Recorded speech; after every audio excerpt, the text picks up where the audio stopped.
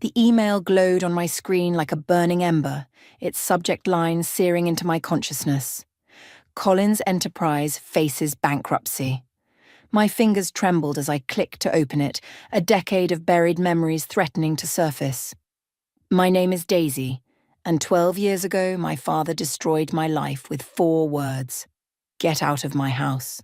I took a deep breath and reached for my coffee, trying to steady my nerves as I scanned the confidential report. Spreadsheets, financial projections, and internal memos painted a clear picture. My father's empire was crumbling. Daisy, Eliza's voice cut through my thoughts as she appeared in my office doorway. The board meeting starts in 10 minutes. Look at this, I said, turning my laptop toward her. Eliza's heels clicked against the hardwood floor as she circled my desk, her eyes widening as she read. Is this verified? 3 separate sources. I closed the laptop. He's losing everything. Are you okay? Eliza's hand squeezed my shoulder. She was one of the few people who knew my whole story, who'd been there when I'd shown up at her apartment that rainy night, mascara streaking down my face. I'm fine, I lied, standing up and smoothing my skirt. It's just business. But it wasn't just business. It never had been. The memory hit me like a physical blow, standing in my father's study, watching his face contort with rage as he waved the photos in my face, photos of my mother with another man. You knew, he'd roared. You knew about the affair and you said nothing. Dad, I swear I didn't. Don't lie to me. His fist had slammed against his mahogany desk. Your mother confessed everything. You helped her hide it. My own daughter. That's not true, I'd pleaded, but he wouldn't listen. He never listened. My phone buzzed, jolting me back to the present. A text from Lionel. Did you see the news? Otto's stock is in freefall. We should head to the meeting, Eliza said softly. I nodded, gathering my things. As we walked toward the conference room, employees nodded respectfully. None of them knew that their CEO had once been thrown out onto the street with nothing but a backpack and a few $100s. The board's nervous about the merger, Eliza murmured as we approached the glass doors. Phoebe's been stirring up concerns about risk exposure. Let her, I said, pushing open the door. I've dealt with worse than Phoebe MacDonald. The board members rose as I entered, all except Phoebe, who watched me with barely concealed skepticism. I took my place at the head of the table, feeling the weight of their expectations. Good morning, I began, my voice steady. Before we discuss the merger, there's something you should know. Collins Enterprise is facing imminent bankruptcy. The room erupted in whispers. Phoebe leaned forward, her eyes sharp. And how did you come by this information? I have my sources, I replied coolly. More importantly, this presents an opportunity. Their assets will be undervalued, their clients uncertain. We're perfectly positioned to step in. You mean take advantage of their weakness, Phoebe said. Isn't Collins Enterprise owned by your father? The room fell silent. I met her gaze steadily, years of practice keeping my expression neutral. My personal history with Otto Collins is irrelevant. This is about business. My phone buzzed again. Another text from Lionel. Otto's asking for a meeting. Tomorrow. I felt a smile curve my lips, one that didn't reach my eyes. After 12 years of silence, my father wanted to talk. How fitting that he'd reach out now, when his empire was falling apart. Ms. Collins? One of the board members cleared his throat. What exactly are you proposing? I stood, walking to the window that overlooked the city skyline. Somewhere out there was the Collins Enterprise building, its logo still proudly displayed despite the chaos surely unfolding inside. I'm proposing we make them an offer, I said, turning back to face the board. One they can't refuse. Phoebe's pen tapped against her notepad. And you can remain objective about this, given your history. I thought about the night I'd left, about the years of struggling to build myself up from nothing, about the daughter who desperately tried to prove her innocence to a father who wouldn't listen. Trust me, I said, my voice carrying the weight of 12 years of carefully planned revenge. I'm exactly objective enough. As the meeting continued, my phone lit up with one final message. This one from Zachariah, my father's lawyer. He knows he needs you. Don't underestimate his desperation. I slipped the phone back into my pocket, a familiar fire burning in my chest. Otto Collins was about to learn that the daughter he'd thrown away had become the woman who held his fate in her hands. And I intended to make every moment count. "You're playing a dangerous game, Daisy," Lionel's voice carried across my office as he paced, his usually composed demeanor cracking. Otto may be desperate, but he's still dangerous. I looked up from the stack of financial reports spread across my desk. So am I. "This isn't just about revenge anymore," he said, stopping to face me. "We're talking about a multi-billion-dollar acquisition. The board's already nervous." "The board will fall in line once they see the numbers." I pushed a folder toward him. "Take a look." Lionel flipped through the pages, his eyebrows rising. "These projections are conservative," I finished. "Even with their current losses, Collins Enterprises' intellectual property alone is worth twice what we'd pay in a hostile takeover." A knock at the door interrupted us. Eliza entered, her face tense. "Phoebe's called an emergency board meeting for tomorrow morning. She's questioning your judgment." "Of course she is." I stood walking to the window. The city lights twinkled below, a constellation of possibilities. "Let her question. I've earned my position here. By becoming exactly what your father accused you of being." Lionel's words hit like a slap. I spun around. "Excuse me?" He held up his hands. "I'm on your side, Daisy. Always have been.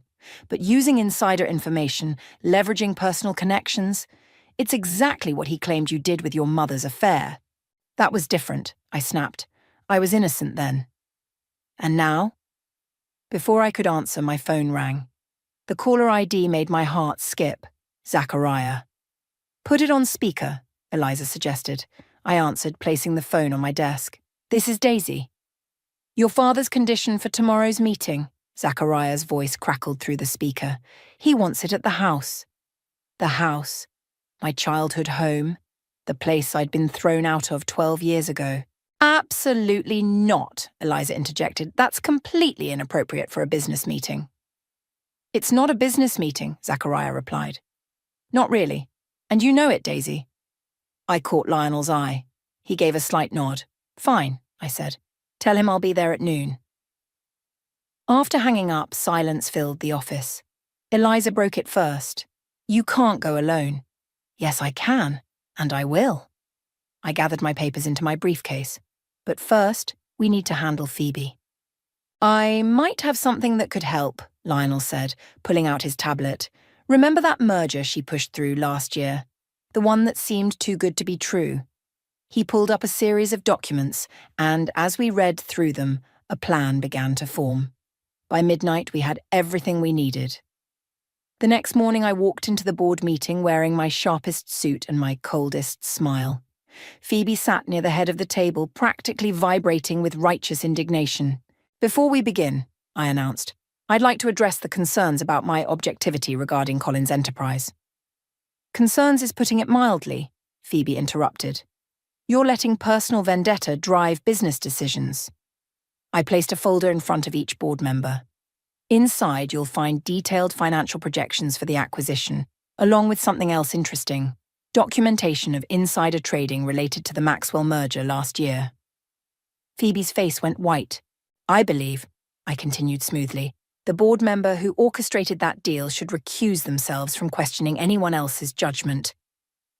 The room erupted in whispers as Phoebe gathered her things and fled. I remained standing, waiting for the chaos to settle. "Any other concerns about my leadership?" Silence answered me. One by one, the board members shook their heads. After the meeting, Lionel caught up with me in the hallway. "That was brutal. That was necessary," I corrected. "Now, if you'll excuse me, I have a lunch meeting to prepare for." "Daisy." He caught my arm. "Whatever happens at the house, remember who you are now, not who you were then." I pulled away gently. "That's exactly what I'm counting on." Back in my office, I opened my desk drawer and pulled out the only photo I had from before. My father and me at my college graduation, both smiling, his arm around my shoulders. It was taken 3 weeks before everything fell apart. My phone buzzed with a text from my mother. Heard about Otto's troubles. Be careful, sweetheart. He's not the man we knew.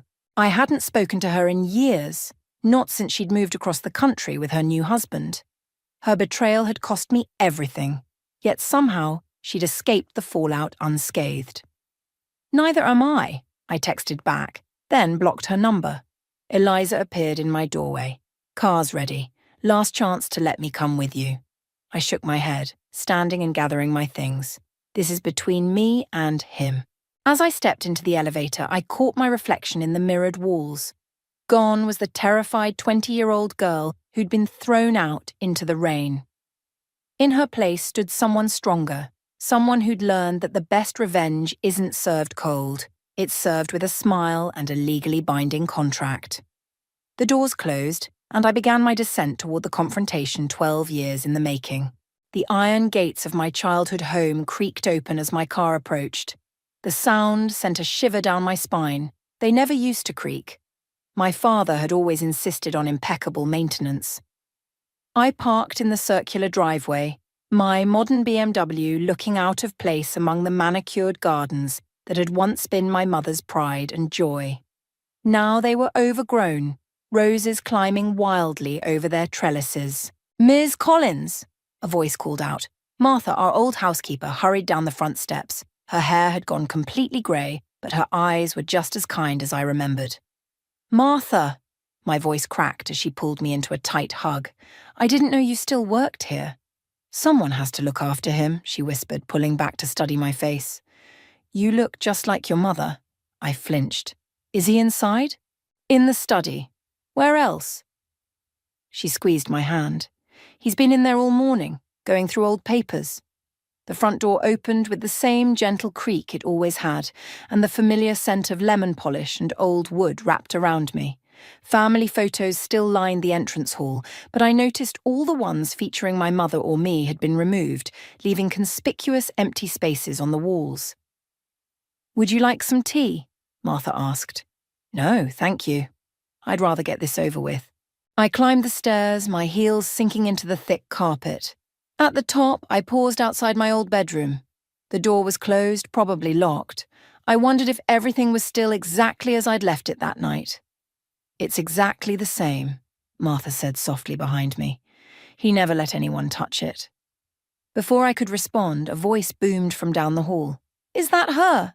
I turned to see my father standing in the doorway of his study. He'd aged more than I'd expected. His hair now completely white, his tall frame slightly stooped. But his eyes were as sharp as ever. "Hello, Father." He didn't respond, just turned and walked back into his study. I followed, noting the empty whiskey bottles on his desk that Martha hadn't managed to clear away yet. "Sit," he commanded, gesturing to one of the leather chairs facing his desk, the same chairs where I'd sat countless times before, learning about business at his knee, before everything went wrong. "I prefer to stand." "Still stubborn," he muttered, lowering himself into his chair. "Just like your mother." "I'm not here to discuss Mom." I placed my briefcase on his desk. "I'm here to discuss the future of Collins Enterprise." He laughed, a harsh sound with no humour in it. "The vultures are circling already. My own daughter, coming to pick at the carcass of my life's work. You gave up the right to call me your daughter 12 years ago." I pulled out a stack of papers. "These are the terms of our offer. It's more than fair, considering your company's current position." He didn't even glance at the documents. "Do you remember what I taught you about hostile takeovers? Always know your opponent's weakness," I quoted. "You taught me well."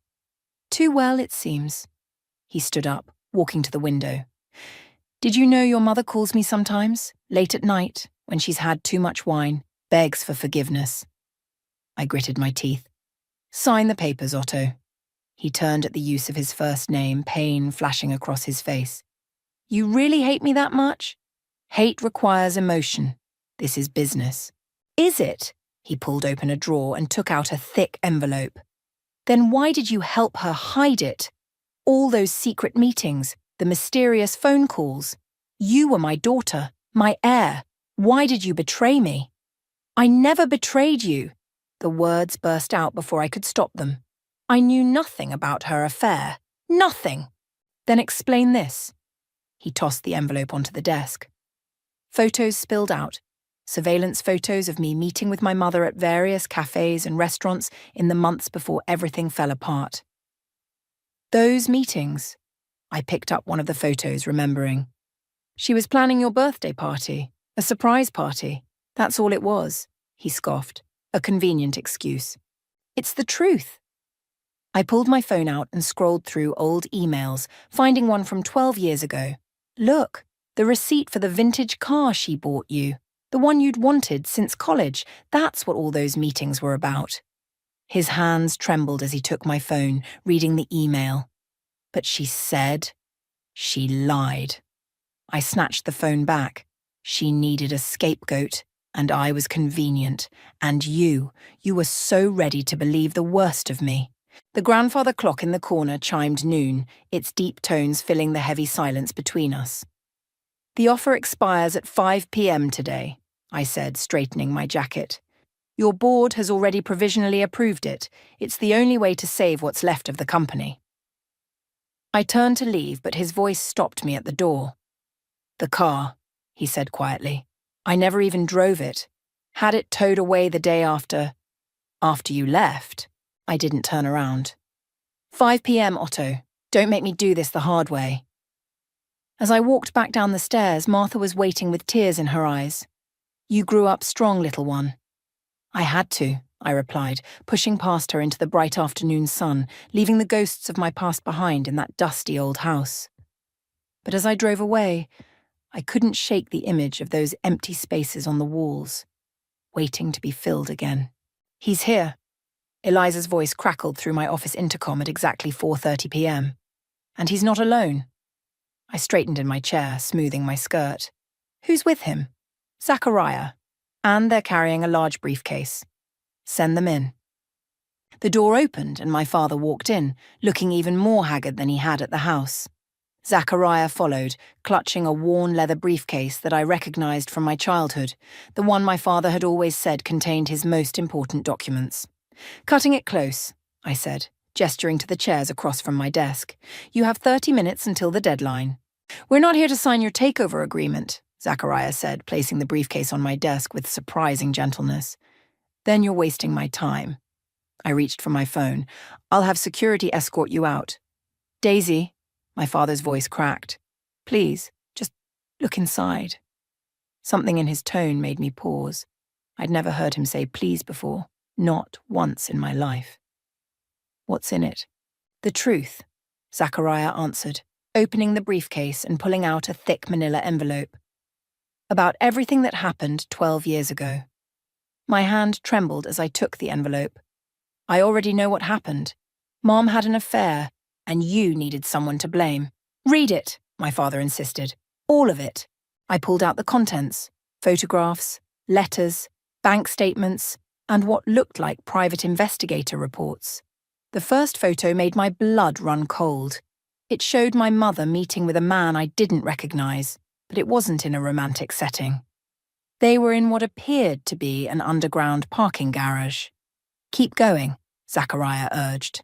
The next document was a bank statement showing regular transfers from my mother's private account to an offshore number. Large transfers. The dates aligned perfectly with her supposed affair. I don't understand, I muttered, spreading the papers across my desk.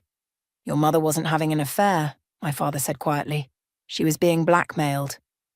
The words hit me like a physical blow. What? The man in those photos worked for our biggest competitor at the time, Zachariah explained. He had evidence that could have destroyed your father's company, evidence of some questionable dealings from the early days. My father stood up, pacing the office. Your mother discovered it first. Instead of coming to me, she tried to handle it herself. Protect me. Protect the company. But you said... I shuffled through more photos, seeing my mother looking increasingly distressed in each one. I found out about the meetings, the money transfers, jumped to conclusions. He stopped at the window, staring out at the city skyline. When I confronted her, she let me believe the affair story. Said it would be better that way.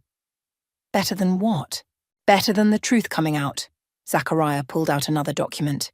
This would have sent your father to prison. Your mother knew that. So she sacrificed herself, I whispered. But why did you blame me? My father turned back, his eyes red. Because she convinced me you were helping her hide the affair. Said you were covering for her because you were angry at me for never being home, always working. It made sense at the time. You two were always so close, and you believed her. The words tasted bitter in my mouth. Without even asking me. I was a fool. He sank back into the chair. By the time I discovered the truth, you were gone.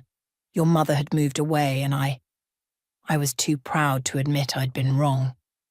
The office fell silent except for the ticking of the wall clock, 4:45 p.m. Why now? I asked finally. Why tell me this after all these years? Because, Zachariah said, your mother is back in town, and she's demanding control of her shares in Collins Enterprise. Shares she's not entitled to, my father added. Not after what she did, but with the company vulnerable. She could force a sale to our competitors, I finished, understanding dawning. The same ones who blackmailed her. Yes. My father pulled out one final document. This is a different proposal, not a hostile takeover, but a merger. Equal partnership. I stared at the paper, my carefully planned revenge crumbling around me. And what about the truth? Do we just bury it again? No. He reached into his pocket and pulled out a USB drive. Everything's here. What your mother did, what I did to you. Release it however you want. I deserve whatever comes. The clock struck 4:50 p.m. In 10 minutes, I could destroy him completely. Take everything he'd built.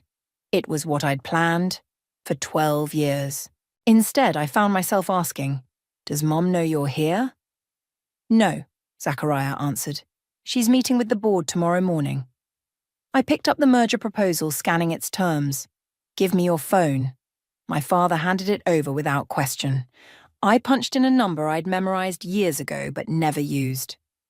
Who are you calling? He asked. Martha, I replied, my voice steady. Tell her to get my old room ready. We're going to need somewhere to work late tonight if we're going to stop Mom's plan. For the first time in 12 years, I saw my father smile. A real smile, tinged with hope and regret in equal measure. The clock ticked toward 5 as we began to plan. The study looked different in the middle of the night. Shadows danced across the walls as I pored over years of financial records, my laptop casting a blue glow across the antique desk. Found something, I called out, and both my father and Zachariah hurried over. Look at these transactions, every quarter like clockwork. Shell companies, my father muttered, leaning closer. All leading back to Global Pacific Holdings, Zachariah finished. Your mother's new husband's company. I sat back, rubbing my tired eyes. She planned this from the beginning. The blackmail, the fake affair, everything. It was all about getting access to Collins Enterprise. A gentle knock interrupted us. Martha entered with a fresh pot of coffee and sandwiches. You need to eat, she insisted, setting the tray down. Been at this for hours. Martha, I said suddenly, do you remember that night? When I left? She paused, her hand trembling slightly as she poured coffee. Of course, dear. Horrible night. Your mother was so calm about it all. Too calm, now that I think about it. What do you mean? Well, Martha glanced at my father apologetically. Most women who've been caught in an affair show some emotion, guilt, shame, something. But your mother, she was almost relieved. Because it worked, my father said quietly. Her plan worked perfectly. I opened another file on my laptop. Not perfectly. She didn't count on me building my own company, or on you keeping her shares locked up in trust. Speaking of which, Zachariah pulled out his phone. My contact at the SEC just confirmed it. Your mother's new husband has been quietly buying up Collins Enterprise stock through various fronts. They're just shy of a controlling interest. If tomorrow's board meeting goes their way, I didn't need to finish the sentence. My father slammed his fist on the desk. 12 years. She spent 12 years setting this up. And used me as the perfect distraction, I added bitterly. While you were busy disowning me, she was laying the groundwork. Martha touched my shoulder gently. There's something else you should know. The night you left, after you'd gone, I overheard your mother on the phone. We all turned to look at her. She was speaking to someone about phase 1 being complete. Said something about the girl being out of the way. Martha's eyes filled with tears. I should have said something sooner. It wouldn't have mattered, my father said. I was too blind to see anything then. I stood up, pacing the room. The board meeting's in 6 hours. We need proof, something concrete to show them. Wait! Zachariah started rifling through the old briefcase. There was something… Here! He pulled out a yellowed envelope. Your mother's original blackmail evidence against the company. The stuff she claimed would send you to prison. My father took the envelope with shaking hands. I never actually saw what she had, just took her word for it. I watched as he opened it, spreading the contents across the desk. His expression changed from fear to confusion to anger. These are forgeries, he said finally. Amateur ones at that. Any half-decent forensic accountant would have spotted it immediately. She played you, I whispered. There was never any real evidence. But why go through such an elaborate scheme? Martha asked. Why not just… Because of me, I realized. I was next in line to run the company. She needed me gone, needed you broken, so when the time came, the company would be vulnerable, my father finished. And she'd swoop in with her new husband's resources to save it. Zachariah was already on his phone. I can have a forensic team here in an hour to authenticate these forgeries. If we can prove she knowingly used false documents for blackmail… No, I said, an idea forming. We need to let her play her hand. What do you mean? I pulled up my email and started typing. We're going to give her exactly what she wants. A chance to tell her story to the board. My father read over my shoulder as I wrote. You're inviting her to present first. That's risky.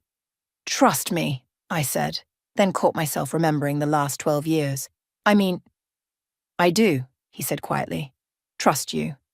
Now, I hit send and turned to face them all. Martha, we'll need breakfast for 15 in the main dining room at 8 a.m. Zachariah, get those documents to your forensic team, but tell them to wait for my signal. Father. I paused. How good are your acting skills? What did you have in mind? I smiled, thinking of all the business lessons he'd taught me over the years. Remember what you always said about the element of surprise? He nodded slowly, a glimmer of the old Otto Collins returning to his eyes. The best trap is the one your enemy walks into willingly. Exactly. I checked my watch. Now, let's get ready. We have a performance to prepare for. As Martha hurried off to make arrangements, I caught my reflection in the window. For the first time in 12 years, I saw my father's daughter looking back at me. But this time, instead of running from that legacy, I was going to use it to save everything he'd built and make my mother regret the day she'd tried to destroy us both. The morning sun streamed through the dining room windows as board members filed in, their faces a mix of confusion and curiosity. My father sat at the head of the table, playing his part perfectly, shoulders slumped, tie slightly askew, the very picture of a defeated man. Is this really appropriate? Phoebe whispered as she passed me. Having a board meeting in your father's house. Just wait, I murmured back, checking my phone. A text from Eliza. Your mother just pulled up. Black Mercedes, 2 men with her. Right on schedule. The dining room doors opened and there she was. Penelope Collins, looking exactly as I remembered. Elegant, poised, and completely lethal. Her new husband, Richard, followed close behind, along with their lawyer. Well, my mother said, her voice carrying across the suddenly silent room. This is certainly nostalgic. Penelope, my father acknowledged weakly, not meeting her eyes. Perfect performance. Otto. She turned to me, her smile not reaching her eyes. Daisy, darling, you've done well for yourself. Let's skip the family reunion, I replied coldly. You called this meeting. The floor is yours. She gracefully took her position at the opposite end of the table, Richard standing supportively behind her. As you all know, I hold significant shares in Collins Enterprise. Given the company's current difficulties, I believe it's time for a change in leadership. The board members shifted uncomfortably. My father stared down at his hands. My husband's company, Global Pacific Holdings, is prepared to offer a generous bailout package, she continued smoothly. In exchange for controlling interest, of course. And what about existing shareholders? One board member asked. They'll be well compensated, Richard stepped in. We've prepared a full presentation. Before we continue, I interrupted, standing up, I have some questions about the timing of all this. My mother's smile tightened slightly. Timing? Yes. It seems convenient that you've waited until now to exercise your shareholder rights, almost as if you've been planning this for, 12 years? I don't know what you're implying, she said, but I caught the slight tremor in her hand as she reached for her water glass. Don't you? I nodded to Zachariah, who started distributing folders to everyone present. These documents tell an interesting story about blackmail, forged evidence, and a very long con. Richard leaned down to whisper something in my mother's ear, but she waved him off. Ancient history, she declared. What matters is the present and the fact that this company needs saving. Funny you should mention saving. I clicked a remote, and the dining room's hidden projector screen descended.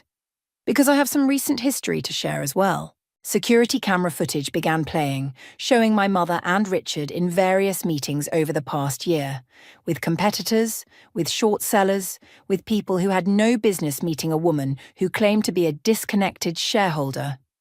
You've been deliberately undermining the company, I stated flatly, creating the very crisis you're now offering to solve. That's ridiculous, Richard snapped.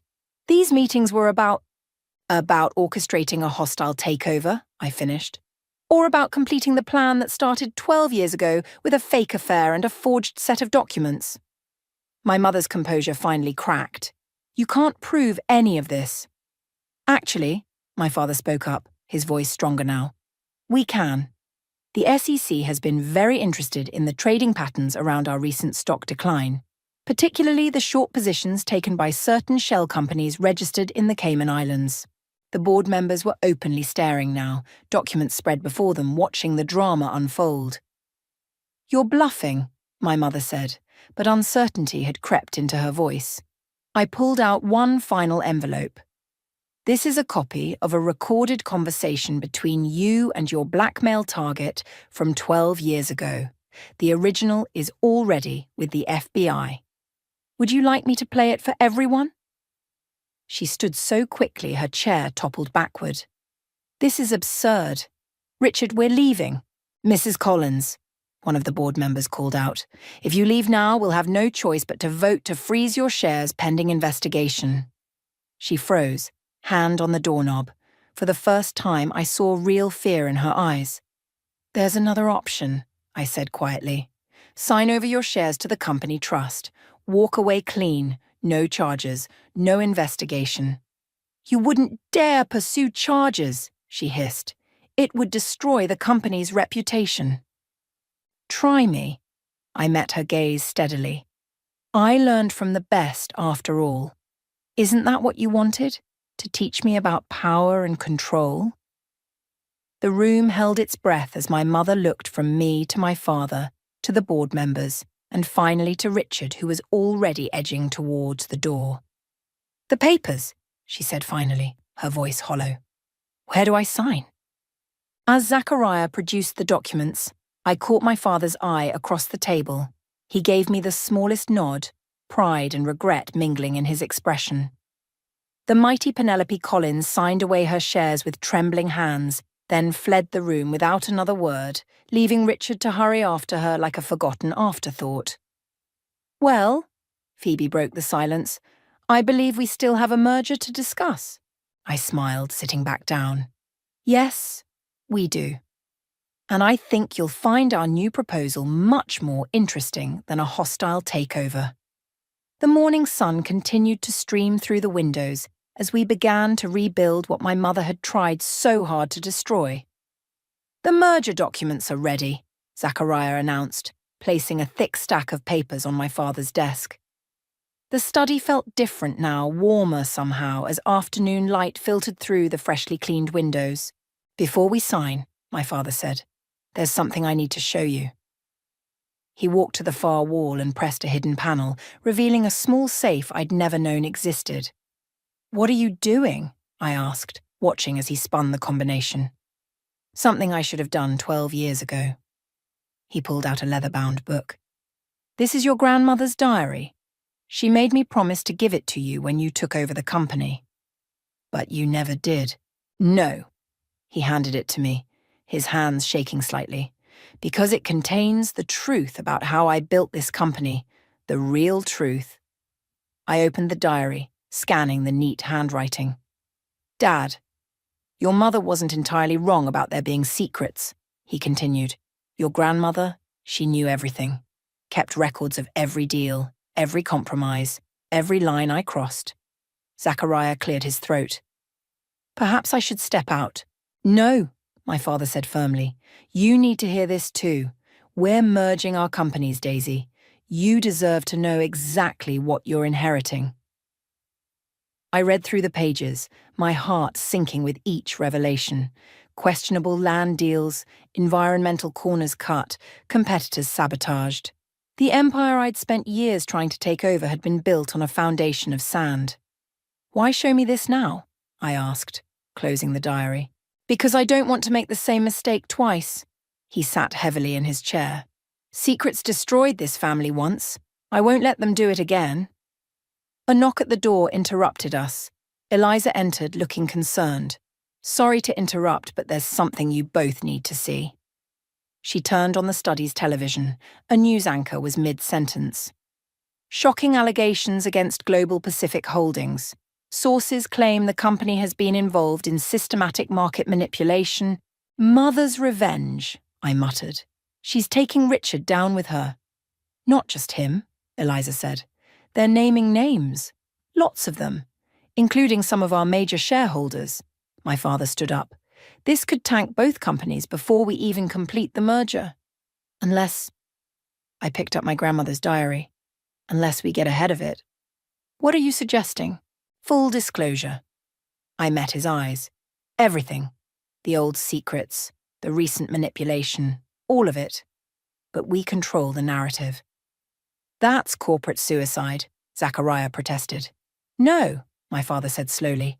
"It's brilliant. We paint it as a generational transformation. The old guard giving way to new leadership, new values." I nodded. "We take the hit now, on our terms, rather than death by 1,000 cuts, as these revelations leak out." "The stock will plummet," Eliza warned. "Let it," I said. "We've got enough liquid assets between both companies to weather the storm.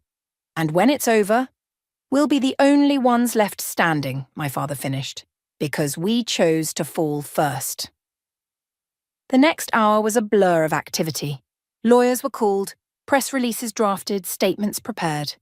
Through it all, my father and I worked side by side, finishing each other's sentences like we used to when I was young. "There's one more thing," he said as we finished the final draft. "The house. I want you to have it." I looked up, surprised. "What?" "Not as a peace offering or manipulation," he added quickly, "but because it's where you belong, where we belong." "I have my own place," I started to say, but Martha chose that moment to appear with coffee. "Oh, good," she said, setting down the tray. "You're finally talking about the house. I've kept your room ready all these years, you know." "Martha, don't argue with me, young lady. This house has been too empty for too long." She gave me a stern look that transported me right back to childhood. "Besides, someone needs to make sure you both actually eat proper meals while you're saving the company." A laugh bubbled up from somewhere deep inside me, surprising us all. Soon my father joined in, then Eliza and Zachariah, even Martha. The tension of the day dissolved in that moment of shared mirth. "Okay," I said finally, wiping my eyes. "Okay, I'll think about it." "Good," my father picked up his pen. Now, shall we sign these merger documents before the press conference? I reached for my own pen, then paused. One condition. Name it. We keep grandmother's diary in the company archives, available to any employee who wants to read it. He didn't hesitate. Agreed. As we signed our names, I thought about the girl I'd been 12 years ago running out into the rain. She'd wanted revenge, wanted to destroy everything her father had built. Instead, I was helping to rebuild it, stronger and more honest than before. Ready? Eliza asked, checking her watch. The press is gathering downstairs. I stood, straightening my jacket. Ready. My father moved to my side, and together we walked toward the study door, toward whatever storm was coming. Behind us, Martha began humming as she cleared away the coffee cups, a sound as familiar as the house itself. We were ready to face the truth, whatever the cost. The morning headlines screamed across every business publication. Collins Enterprises and rival merge, CEO reveals decades of corporate secrets. I set my coffee mug on my old bedroom desk, now converted into a home office, and opened my laptop to check the stock prices. Don't, Eliza called from the doorway. Give it at least a week before you start obsessing over numbers. Too late, I replied, turning the screen to show her. We're down 40%. Exactly as predicted. She sat on the edge of my desk. The shareholders who jumped ship are exactly the ones we wanted to lose. My phone buzzed. A message from Lionel. Just got out of the board meeting. Everyone's on board with the transparency initiative. Even Phoebe. A knock at the door interrupted my reply. My father stood there, looking more relaxed than I'd seen him in years, despite the chaos swirling around us. The SEC called, he said. They're formally investigating Global Pacific Holdings. Your mother and Richard have apparently left the country. Running won't help them, Eliza noted. Not with the evidence we provided. No, I agreed. It won't. I closed my laptop decisively. But that's not our problem anymore. Martha's voice echoed up the stairs. Breakfast is ready, and the newspaper wants to know if you're available for an interview. We headed downstairs to find the dining room table covered with papers, laptops, and Martha's infamous breakfast spread. Zachariah was already there, typing furiously on his phone. The small shareholders are organizing, he reported. They want to know if we'll protect their interests during the stock decline. Show them the stabilization plan, my father said, reaching for the coffee pot. Full transparency, remember? I grabbed a piece of toast and pulled up our presentation. We should live stream the next shareholders' meeting. Let everyone see how we're handling this. Speaking of handling things, Eliza interjected, have you seen the employee messages? She handed me her tablet. The company forum was flooded with responses to our revelation of the corporate secrets. But instead of the outrage we'd expected, most expressed appreciation for the honesty. They're calling it a new era of corporate responsibility, my father read over my shoulder. Never thought I'd see the day. Well, Martha said, refilling coffee cups, truth has a way of setting things right. A new message popped up on my phone, from my mother's private number. You've destroyed everything we worked for. I hope you're happy. I showed it to my father. He took the phone, typed a quick response, and handed it back. I read what he'd written. No, we're building something better. Goodbye, Penelope. Perfect, I said, hitting send and blocking the number. Zachariah cleared his throat. The press is asking about the family angle. They want to know how you two reconciled. Tell them the truth, my father said, surprising me. Tell them it took losing everything to realize what really mattered. And what's that? I asked softly. He met my eyes across the table. Trust. The kind that has to be earned, not demanded. Martha sniffled quietly in the corner, pretending to be very interested in arranging pastries. The market's about to open, Eliza reminded us. Ready to face whatever comes next? I looked around the table, at Eliza's unwavering support, Zachariah's steady competence, Martha's maternal presence, and my father's newfound humility. This was what winning really looked like. Not destroying an enemy, but building something worth protecting. Actually, I said, standing up, I think we should go to the office.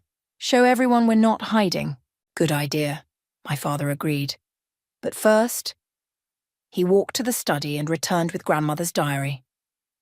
This belongs in the lobby display case, where everyone can see it. Along with today's papers, I added. Show them how far we've come. As we gathered our things to leave, Martha caught my arm. You're staying for dinner tonight, yes? Both of you? I glanced at my father, who nodded. Wouldn't miss it, I said. Outside, the morning sun painted the garden in shades of gold. The roses my mother had planted were still there, but now they grew alongside new varieties. Ones Martha had chosen, wild and colourful and free. Ready? My father asked, keys in hand. 1 second. I pulled out my phone and deleted the old photo of my college graduation, the last picture of our fractured family.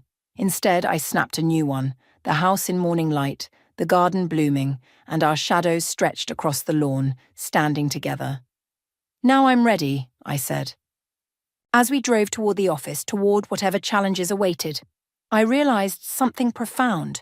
Revenge hadn't healed my wounds. Truth had. And truth, unlike revenge, left room for something new to grow.